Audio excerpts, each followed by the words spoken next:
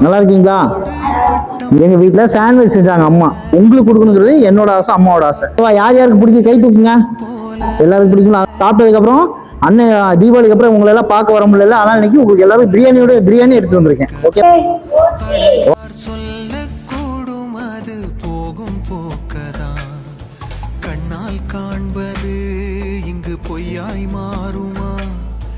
எங்கோ போனது என்னிடம் வந்து ஒரு தெய்வம் பார்க்க வந்து ஒரு தெய்வம் போச்சு என்று நம் வாழ்க்கை எப்போதும் கண்ணாமூச்சியா இந்த மண் மேலே